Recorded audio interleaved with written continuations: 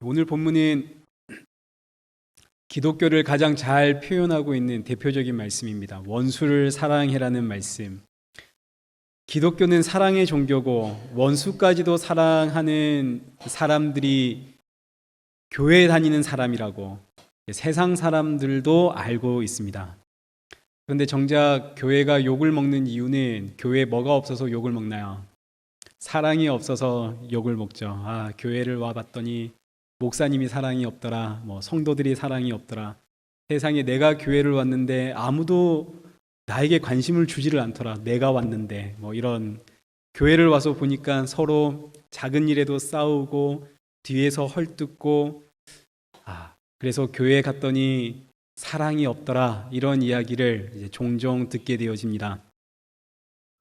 교회에 사랑이 없다는 말은 참으로 반성해야 하는 말이기도 합니다. 교회 안에는 사랑이 분명히 있어야죠. 세상에는 사랑이 없거든요. 교회 안에만 사랑이 있습니다. 그래서 교회를 나오면 반드시 참된 사랑을 맛보고 돌아가야 됩니다. 그런데 교회가 말하는 사랑과 그리고 세상이 말하는 사랑은 많이 다릅니다.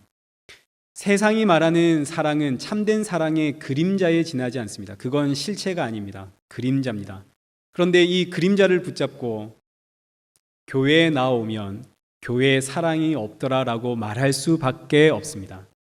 교회가 주는 사랑은 사랑의 실체이고 세상이 생각하고 기대하고 바라는 사랑은 그림자이기 때문에 이 그림자를 보면서 교회를 나오면 이 사랑을, 내가 생각하는 사랑을 받고 돌아갈 수가 있는 게 아닌 거죠. 교회가 주는 사랑은 이제 사람 안에서 나오는 사랑은 아닙니다. 물론 우리 성도는 이 세상 살아가면서 세상 사람들이 기대하는 그런 사랑을 마땅히 행하며 살아야 됩니다. 여러분, 사랑하며 사십시오. 세상이 기대하는 사랑은, 세상이 말하는 사랑은 이건 전부 다 훈련이고 연습입니다. 상대를 이해하기 위해서 노력해야 되고, 관심을 주기 위해서 노력해야 되고, 오래 참으려고 노력해야 되고, 절제하려고 노력해야 되고, 상대의 말에 귀 기울이기 위해서 노력해야 되고, 예쁜 말 쓰려고 노력해야 되고, 품으며 살려고 노력해야 되고, 사랑은 훈련이고 노력이죠.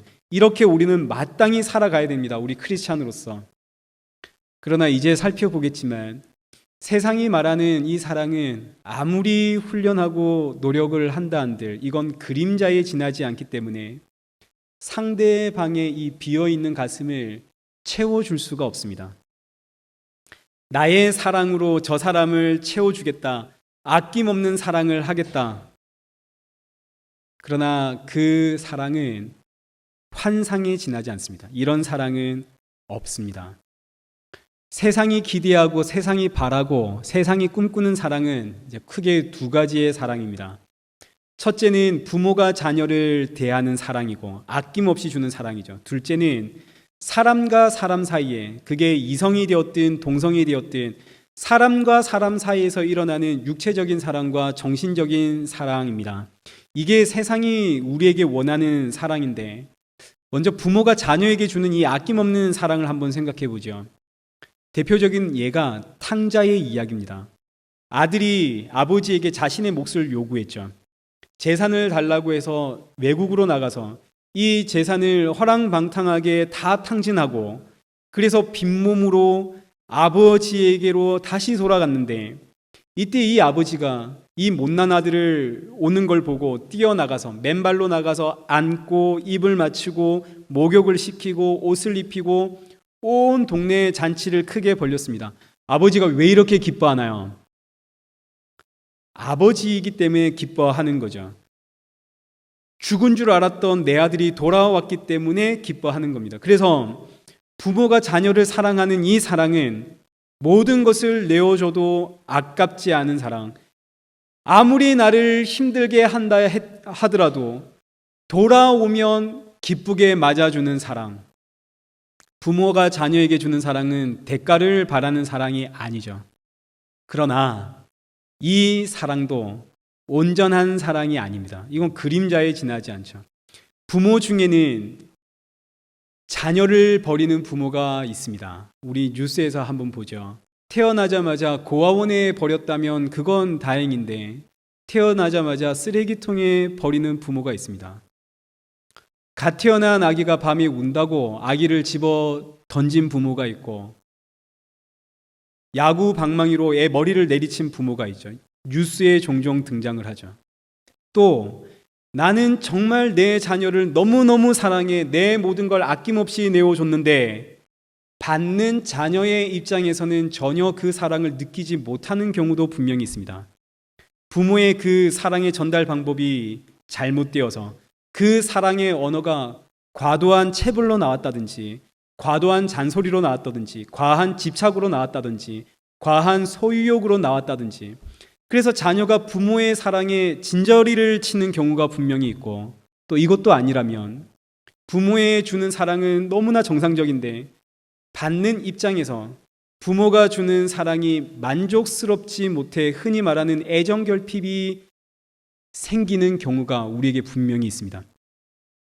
그러니 부모가 자녀에게 주는 이 사랑은 온전하지가 못합니다. 제 아들이 종종 엄마에게 묻습니다. 엄마, 나 사랑해? 근데 왜 날 안 사랑하는 것처럼 보이지? 제처가 제 아들을 얼마나 끔찍하게 사랑하는지 모릅니다. 근데 제 아들은 엄마의 사랑이 나에게만 와야 되는데 동생에게로 가니까 엄마는 날 안 사랑하는 것 같아 이렇게 이야기를 하는 거죠. 저는 5남매의 막내입니다. 위로 누나만 넷인데 가족들은 제가 사랑과 관심만 받으며 컸다 이렇게 말하지만 제 입장에서 저는 부모님의 그 관심을 별로 받아본 적이 없습니다. 저는 워낙에 애들이 많아서. 그래서 제가 어떤 생각을 했냐면 지금 내가 사라져도 가족들이 알까? 내가 사라진 걸 이런 생각을 저는 종종 하면서 자랐습니다. 한두 번 해본 게 아니죠. 근데 사실은 저는 너무너무 귀한 아들이기 때문에 사랑만 받고 컸습니다. 그런데도 그렇습니다. 내가 기대하는 만큼 부모의 사랑이 내 안에 안 채워지는 거죠. 그러니 부모가 자녀에게 주는 사랑이라 할지라도 그 사랑은 자녀를 완전하게 채워주지를 못합니다. 그래서 부모의 사랑은 내 자녀조차도 채워주질 못하는 사랑입니다. 근데 이런 사랑을 교회에 와서 이런 사랑을 기대하면 되겠습니까? 내 안에 있는 사랑은 내 자녀조차도 만족시켜 주질 못하는 사랑인데 이런 사랑으로 어떻게 생판 남을 사랑해서 채워줄 수 있단 말입니까? 어떻게 이웃 사랑을 해줄 수가 있고 원수 사랑을 할 수가 있겠습니까? 근데 이런 사랑을 내가 기대하고 꿈꾸면서 교회에 들어오게 되어지면 야, 교회엔 사랑이 없는데 말할 수밖에 없죠. 둘째, 세상이 기대하는 사랑은 육체적인 사랑과 정신적인 사랑입니다. 부모, 자녀 사이를 제외한 모든 남녀 간의 사랑이죠. 육체적인 사랑은 쾌락을 의미하고 이 정신적인 사랑은 서로 공감하고 의지하고 안정감을 누릴 수 있는 그런 사랑입니다. 이 육체적인 사랑과 정신적인 사랑의 완성판이 부부 사이 아닙니까? 둘이 얼마나 좋으면 결혼을 했겠습니까? 연애할 때 보니까 세상 그 누구보다 나를 이해해 주는 사람, 가장 나를 잘 이해해 주는 사람이었고 세상 그 누구보다 나를 아껴주는 사람이기 때문에 결혼을 했는데 결혼을 하고 보니 무슨 말이 나오나요? 아, 속았더라 이런 이야기 나오죠. 이 사람의 속을 내가 당최 모르겠다 이런 이야기 나오죠. 그래서 부부 사이를 뭐라고 한다고요? 왼수 사이. 제 권사님께 들은 이야기입니다. 부부 사이는 원수 사이. 세상이 말하는 사랑, 세상이 기대하는 사랑, 육체적인 사랑과 정신적인 사랑의 그 절정인 부부 사이의 사랑조차도 아, 속았다 하는 사랑이요. 세상이 가장 완전하다라고 말하는 부모의 사랑조차도 그 자녀의 마음을 완전하게 채워주질 못하는 사랑입니다. 그러니 세상이 말하고 세상이 주장하고 세상이 기대하는 사랑은 전부 다 환상에 지나지 않습니다. 이건 환상입니다. 부모조차 내가 원하는 사랑을 나에게 주지를 못하고 가장 가깝다는 내 배우자조차도 그 사랑을 나 안에 못 주는데 그런데 사랑의 환상을 가지고 교회에 와서 이 사랑을 찾으면 당연히 교회에 사랑이 없죠. 부모조차도 채워주지를 못하는 사랑을 어떻게 남이 채워줄 수 있겠습니까? 근데 문제는 이런 세상이 말하는 사랑, 이 환상, 이 사랑의 환상을 가지고 들어와서 오늘 성경에 있는 본문처럼 이웃사랑 그리고 원수사랑을 하십시오. 세상에 존재하지 않는 이 환상을 가지고 와서 그 이웃사랑, 원수사랑을 하십시오라고 이야기를 하면 이건 말도 안 되는 이야기죠. 이건 불가능한 이야기입니다. 존재하지 않는 사랑을 어떻게 우리가 실천하며 살아갈 수가 있겠습니까?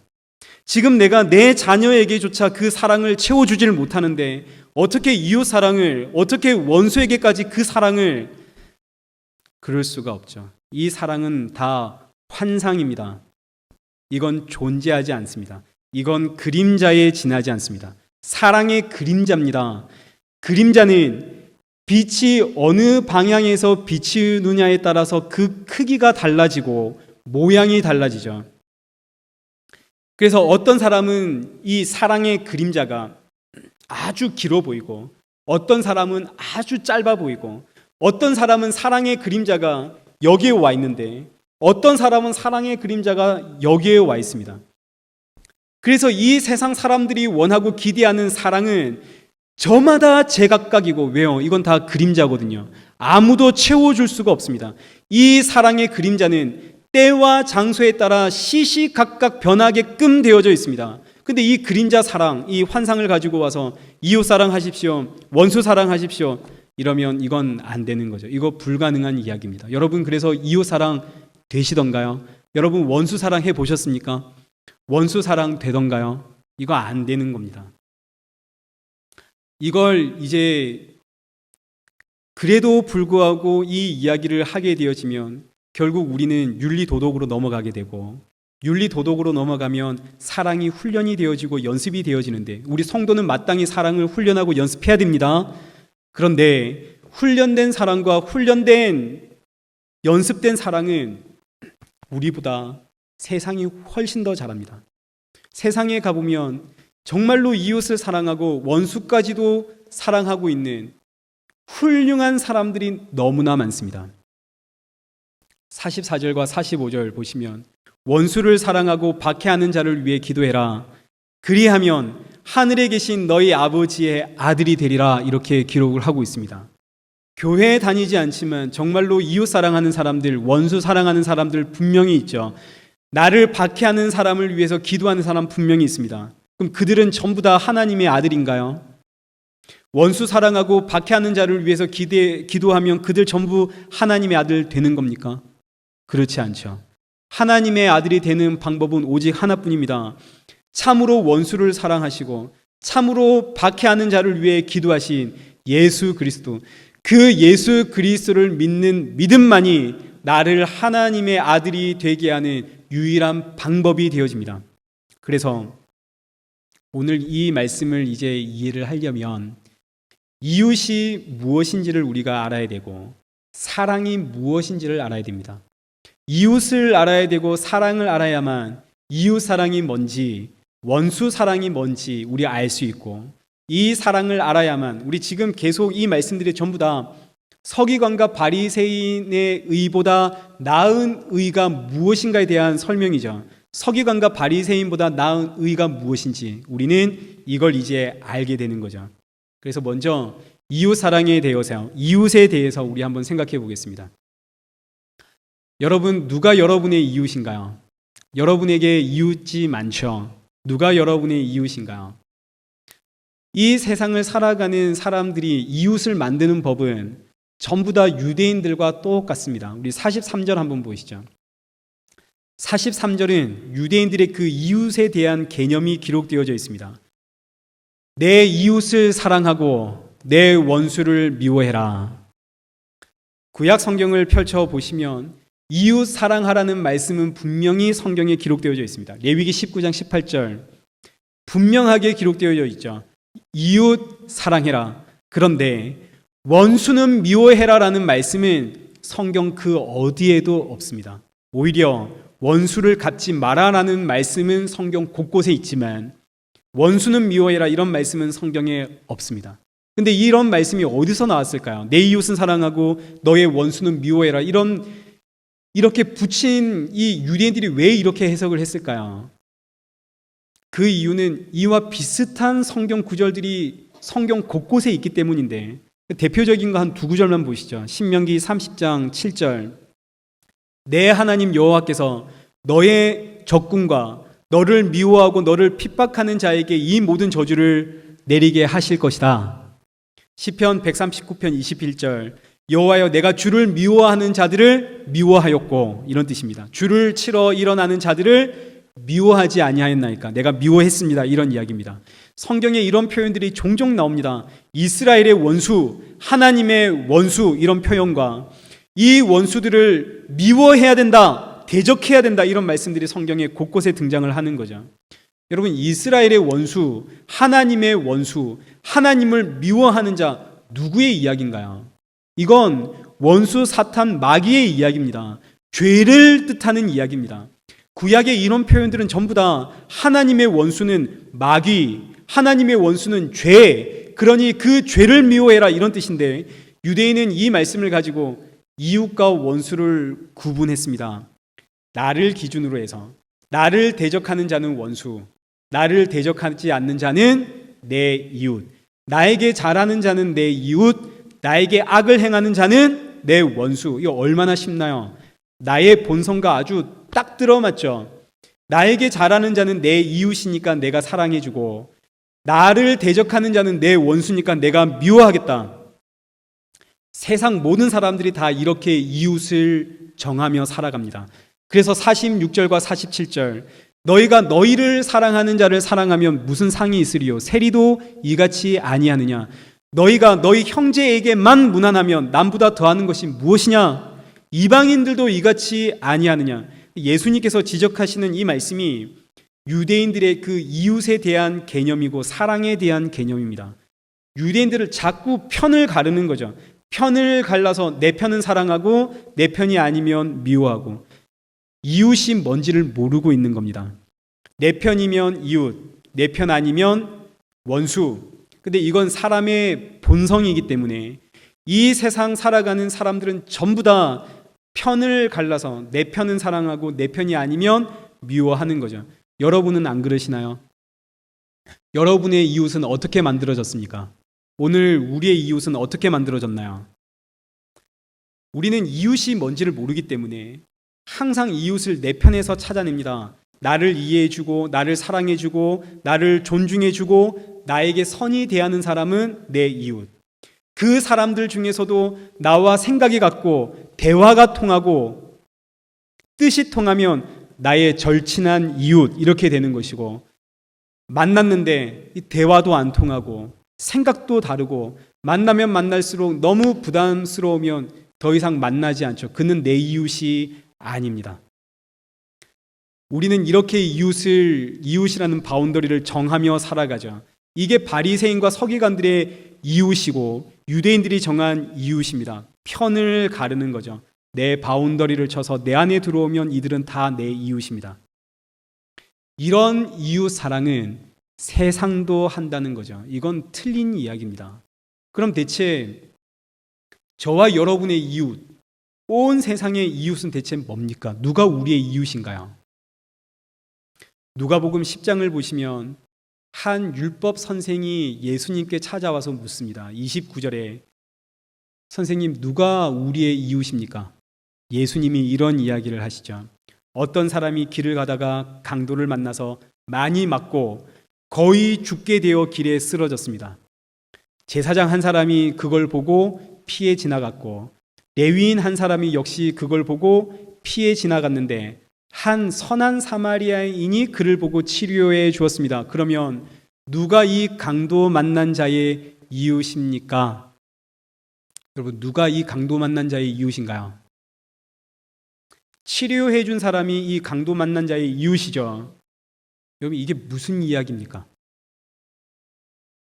유대인의 이웃의 개념은 나 중심적인 개념입니다. 나에게 잘해주는 사람, 나와 뜻이 맞는 사람, 대화가 통하는 사람, 나를 사랑해주는 사람, 나를 존중해주는 사람이 내 이웃인데, 예수님의 이웃의 개념은 완전히 다르죠. 누가 강도 만난 자의 이웃이냐, 이겁니다. 강도 만난 자는 지금 어떻게 되어 있나요? 보니까 30절 거의 죽었습니다. 의식이 없다는 이야기입니다. 쓰러졌습니다.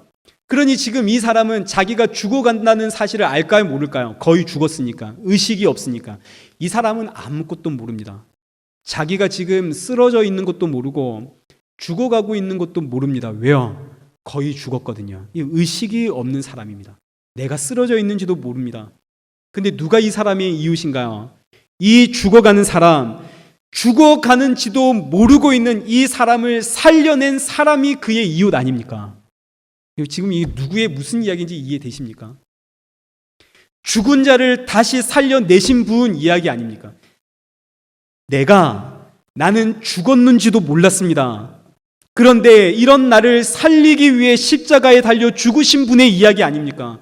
나는 태어나기도 전에 마귀에게 강도당해서 죄와 사망 아래 태어났는데, 죽음 안에 태어났는데, 그래서 나는 내가 죽었는지도 몰랐는데 이런 나를 살리기 위해 십자가에 죽으심으로 죄와 사망에서 나를 건져내 생명으로 인도해 나를 살려내신 분, 그분이 나의 진짜 이웃입니다. 그럼 나의 진짜 이웃은 누군가요? 예수님 아닙니까? 예수님이 우리의 이웃입니다. 그러니 이웃 사랑은 누구 사랑하라는 이야기인가요? 예수님 사랑하라는 이야기입니다. 나의 참된 이웃, 나를 살리기 위해, 나는 내가 죽었는지도 몰랐는데 이런 나를 살리기 위해 십자가에 죽으신 예수 그리스도를 사랑하는 것이 이웃 사랑입니다. 여러분 맞습니까? 생소하게 들릴 수 있습니다. 그런데 여러분 잘 생각해 보십시오. 누가 여러분 살렸습니까? 여러분을 살린 자가 여러분의 이웃 아닙니까? 누가 여러분 살렸나요? 누가 여러분의 필요를 채워주셨나요? 그럼 나의 진짜 이웃은 누군가요? 예수 그리스도. 그래서 이웃 사랑은 참된 이웃이신 예수 그리스도를 사랑하는 것이 이웃 사랑이요, 죽어가는 나를 다시 살려내신 예수의 사랑이, 그 십자가 사랑이 이웃 사랑입니다. 이 말씀이 로마서 5장 6절, 우리가 아직 연약할 때에 기약대로 그리스도께서 경건하지 않은 자를 위하여 죽으셨도다. 의인을 위하여 죽은 자가 쉽지 않고 선인을 위하여 용감히 죽는 자가 혹 있거니와, 우리가 아직 죄인 되었을 때 그리스도께서 우리를 위하여 죽으심으로 하나님께서 우리에 대한 자기의 사랑을 확증하셨느니라. 우리가 아직 죄인 되었을 때에, 원수 마귀에게 강도당해서 죽음 속에 태어나 죄인으로 태어나 내가 죄인인 줄도 모르고 내가 죽었다는 사실조차 모르고 살아가고 있는데, 이런 나를 살리기 위해 십자가에 죽으신 예수 그리스도, 이분이 나의 이웃이라는 이야기죠. 아니 그러면 원수 사랑은 뭡니까? 로마서 5장 10절, 우리가 원수 되었을 때에 그의 아들을 죽으심으로 말미암아 하나님과 화목하게 되었은즉, 우리가 하나님과 원수였습니다. 내가 원수였죠. 우리가 예수님의 원수였습니다. 이렇게 원수였던 나를 사랑해서 그 아들까지 십자가에 내어준 그 하나님 아버지의 사랑이 원수 사랑입니다. 원수 사랑은 그래서 하나님이 하신 것이고 예수님이 하신 거죠. 하나님과 원수된 날 사랑하심, 이런 날 살리기 위해 예수 그리스도가 십자가에 죽으신 그 십자가의 사랑이 곧 원수 사랑입니다. 이웃 사랑은 뭔가요? 참으로 내 이웃인 예수님이 나를 위해 십자가에 달려 죽으심, 이게 이웃 사랑이고, 원수 사랑은 뭡니까? 하나님과 원수된 날 살리기 위해 그 아들이신 예수 그리스도가 기꺼이 십자가에 달려 죽으신 그 십자가의 사랑이 원수 사랑이 되는 거죠. 그래서 예수님의 십자가는 이웃 사랑의 완성이요, 원수 사랑의 완성의 자리가 되어집니다. 오늘 우리가 이웃을 사랑하고 원수를 사랑하십시오. 그럼 이웃 사랑하고 원수 사랑하려면 우리는 어디를 향해 가야 되나요? 십자가를 향해 가야 되는 거죠. 나를 살리기 위해 십자가에 죽으신 예수, 하나님과 원수된 나를 하나님과 화목하게 만들기 위해 십자가에 죽으신 예수, 십자가로 가야만 이웃 사랑과 원수 사랑을 확인하게 되는 것이고, 이웃 사랑을 하는 자리, 원수 사랑을 하는 자리가 예수 그리스도의 십자가가 되어집니다. 그러니 다시 오늘 본문 45절, 원수를 사랑하면 이로써 하늘에 계신 너희 아버지의 아들이 되리라. 원수 사랑, 원수였던 나를 살리기 위해 그 아들을 십자가에 내어주신 그 하나님 아버지의 사랑을 알고 이웃사랑, 나를 살리기 위해 나의 이웃이 되어 십자가에 기꺼이 죽으신 그 예수 그리스도의 사랑을 아는 그 사람은 하나님의 아들이다. 이렇게 해석이 되는 거죠. 이제 진짜 이웃이 누구인 줄 알았습니다. 나의 이웃은 예수님이십니다. 그럼 이제 사랑을 알아야 됩니다. 여러분, 사랑은 세상이 말하고 기대하는 사랑은 그림자라고 이야기 드렸습니다. 이건 환상입니다. 이건 우리 안에 없는 사랑입니다. 그러니 내가 무슨 이웃을 찾아가서, 내가 원수를 찾아가서 그런 사랑 우리는 줄 수가 없습니다. 내 자녀에게조차 온전한 사랑을 줄 수가 없는데, 내가 아무리 사랑을 퍼주어도, 아낌없이 퍼주어도 내 자녀조차 그 사랑에 만족하지를 못하는데 어떻게 우리가 이웃을, 심지어 원수를 만족하게 할 수 있습니까? 그들에게 어떻게 사랑을 전할 수 있습니까? 이 사랑은 그림자고 환상이고, 교회는 사랑의 실체를 주어야 됩니다. 여러분, 사랑의 실체는 무엇입니까? 요한일서 4장 7절에 사랑하는 자들아, 우리가 서로 사랑하자. 사랑은 하나님께 속한 것이니 사랑하는 자마다 하나님으로부터 나서 하나님을 알고, 사랑하지 아니하는 자는 하나님을 알지 못하나니 이는 하나님은 사랑이심이니라. 사랑을 하지 아니하는 자는 하나님을 몰라서 그렇습니다. 세상이 말하는 사랑은 사랑이 아닙니다. 그들은 하나님을 알지 못하죠. 그들은 사랑이 뭔지를 모릅니다. 그림자만 붙잡고 있고 환상을 보고 있는 거죠.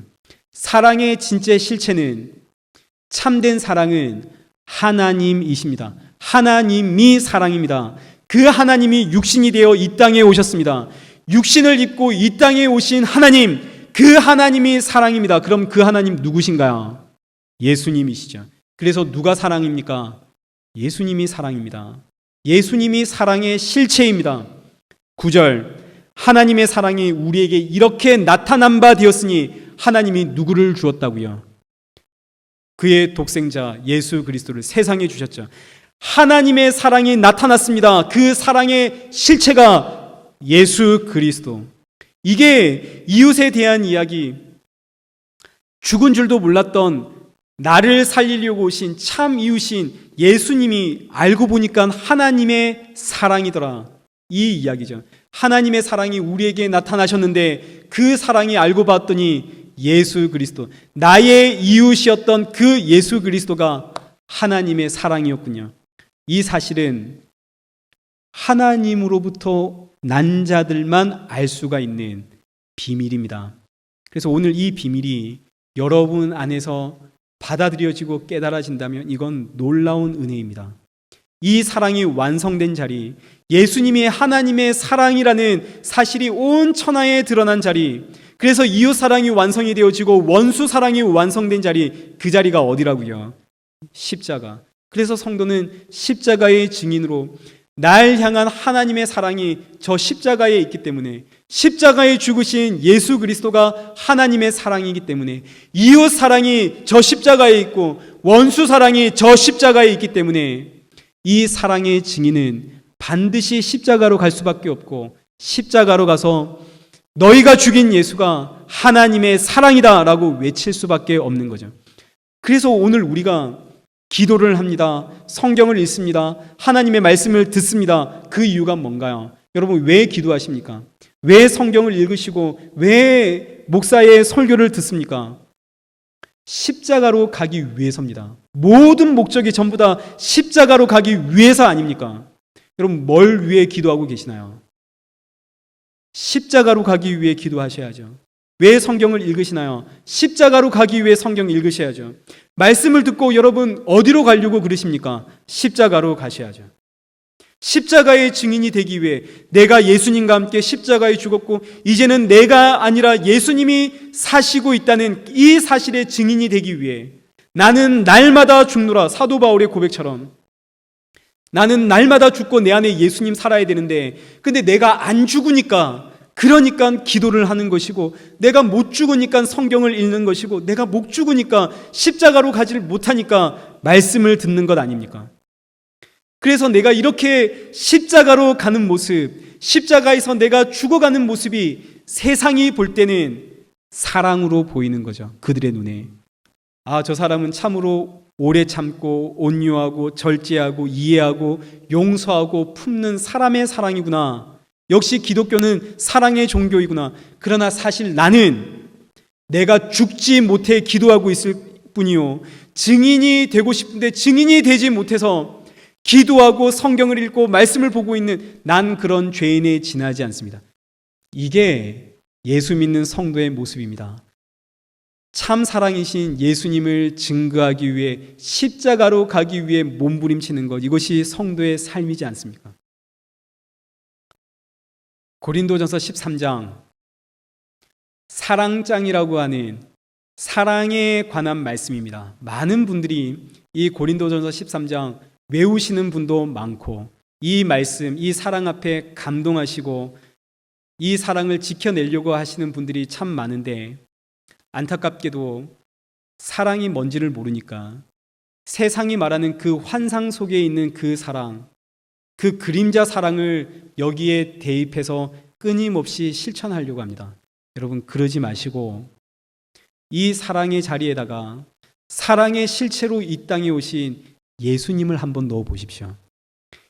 예수님을 넣고 이제 제가 여러분과 함께 이 말씀을 읽어 볼 텐데, 혹시 예수님을 넣어서 읽어 보았을 때에 그동안 내가 알던 말씀, 그동안 내가 알던 내용과 이 말씀이 확 달라지면, 아, 정말 이 말씀이 예수님이시군요 라고 여러분 안에 깨달아진다면, 여러분 예수님만, 이 예수님만 붙잡고 사십시오.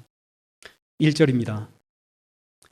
내가 사람의 방언과 천사의 말을 할지라도 사랑이 없으면, 예수가 없으면 소리나는 구리와 울리는 꽹과리가 되고, 2절, 예언하는 능이 있어 모든 비밀과 모든 지식을 알고 또 산을 옮길 만한 모든 믿음이 있을지라도 예수가 없으면 내가 아무것도 아니요.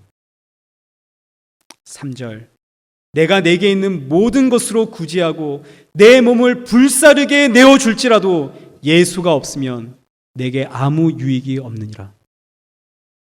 4절, 예수는 오래 참고 예수는 온유하며 시기하지 아니하며 예수는 자랑하지 아니하며 교만하지 아니하며 무례히 행치 아니하며 자기의 유익을 구하지 아니하며 성내지 아니하며 악한 것을 생각하지 아니하며 불의를 기뻐하지 아니하며 진리와 함께 기뻐했고 모든 것을 참고 모든 것을 믿고 모든 것을 바라고 모든 것을 견뎠느니라. 이게 전부 사랑이신 예수님이 이 땅을 어떻게 사셨는지에 대한 이야기 아닙니까?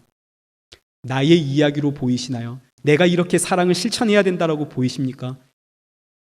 예수님이 이렇게 사신 이야기 아닙니까?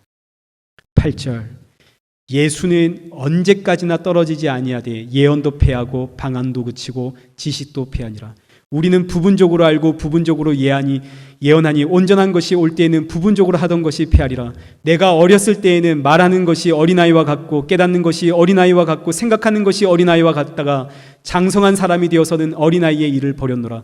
우리가 지금은 거울을 보는 것 같이 희미하나 그때는 얼굴과 얼굴을 대하여 볼 것이요 지금은 내가 부분적으로 하나 그때에는 주께서 나를 아신 것 같이 내가 온전히 알리라. 그런즉 믿음, 소망, 예수, 이 세 가지는 항상 있을 것인데 그 중에 제일은 예수니라. 여러분, 우리가 하는 사랑이 뭐가 얼마나 대단해서 이런 찬사를 받겠습니까? 우리 안에서 나오는 사랑이 뭐가 그리 대단해서, 여러분, 우리의 사랑을 말하는 게 아닙니다. 하나님의 사랑이신 참 사랑의 실체이신 예수님을 찬양하는 말씀입니다. 사랑은 예수님이십니다. 그럼 이제 우리가 이웃을 알았고 사랑을 알았습니다. 이웃도 예수님이시고 사랑도 예수님이십니다.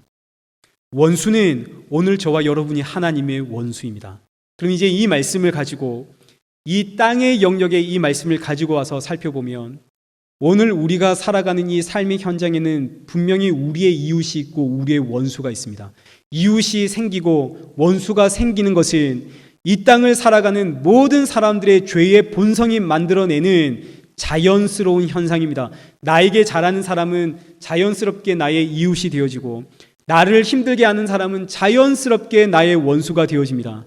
그럼 이들을 사랑한다는 말이 무슨 의미가 되어집니까?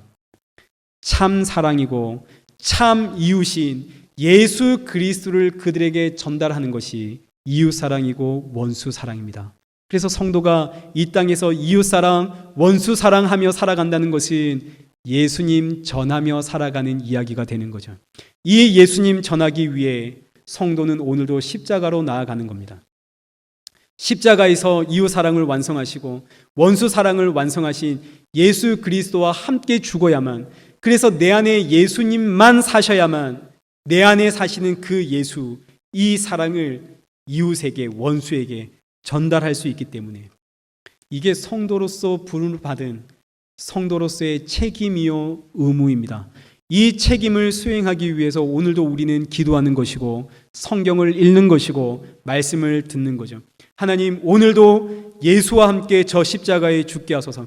그래서 오늘도 내 안에 예수님만 드러나게 하소서. 그래서 저 이웃들에게, 저 원수들에게 예수 전하는 성도 되게 하소서. 말씀을 맺겠습니다. 우리 48절, 그러므로 하늘에 계신 너희 아버지의 온전하심과 같이 너희도 온전해라. 우리가 어떻게 해야 하나님처럼 온전해질 수 있나요? 우리가 어떻게 하나님처럼 거룩해질 수 있습니까? 윤리 도덕적으로 내 안에 있는 이 사랑을 훈련하고 연습해서 하나님처럼 온전해질 수 있겠습니까? 이건 불가능한 이야기입니다. 그런데 원수 사랑, 원수였던 날 향한 하나님의 그 사랑, 이웃 사랑, 나를 살리기 위해 기꺼이 십자가에서 죽으신 그 예수님의 사랑, 그 사랑을 보면, 그 하나님의 사랑, 그 예수의 사랑 안에 내가 있으면 놀랍게도 하나님 앞에서 내가 하나님처럼 온전해진다 하십니다. 이 말씀이 요한복음 17장 21절 예수님께서 하신 말씀입니다. 예수님의 기도이고 예수님의 약속인데, 아버지여, 아버지께서 내 안에 내가 아버지에 있는 것 같이 그들도 다 하나가 되어 우리 안에 있게 하사, 아버지가 내 안에 아버지가, 그리고 저와 여러분이 그 예수님 안에, 23절, 곧 내가 그들 안에 있고 아버지께서 내 안에 계시어 그들로 무엇을 이룬다고요? 온전함을 이루어 하나가 되게 하려 함은 아버지께서 나를 보내신 것과 또 나를 사랑하신 같이 그들도 사랑하신 것을 세상으로 알게 하려 함이로소이다. 이 말씀이 지금 어려워 보이지만 오늘 설교했던 모든 내용이 다 이 안에 들어가 있습니다. 하나님의 사랑, 예수님의 사랑, 그 사랑 안에 들어가 내가 예수님 안에, 예수님이 내 안에 거하면 너와 내가 하나님 앞에서 온전한 자가 되어진다는 이야기죠. 그래서 나를 온전하게 하시는 이 예수님만이 서기관과 바리새인보다 나은 의요, 이 예수님이 나의 참된 이웃이요 나의 참된 사랑입니다. 이 사랑을 알고 이 한 주 예수님 안에서, 내가 예수님 안에 있다는 말은 이제 내가 죽었고 예수님이 사신다는 이야기입니다. 이제 내가 사는 것이 아니라 예수님이 사시는 거니까 나는 예수님 안에 있는 거죠. 예수님 안에 있는다는 이 말이 결국 내가 십자가에서 죽었다는 이야기고 십자가를 향해 간다는 이야기입니다. 여러분, 이 한 주 예수님 안에서 사십시오. 그 책임 있는 삶을 통해서 사랑의 증인으로 내 이웃과 내 원수들에게 이 참 사랑이신 예수님만을 증거하는 복된 증인된 삶을 살아가는 저와 여러분 되시길 축원합니다.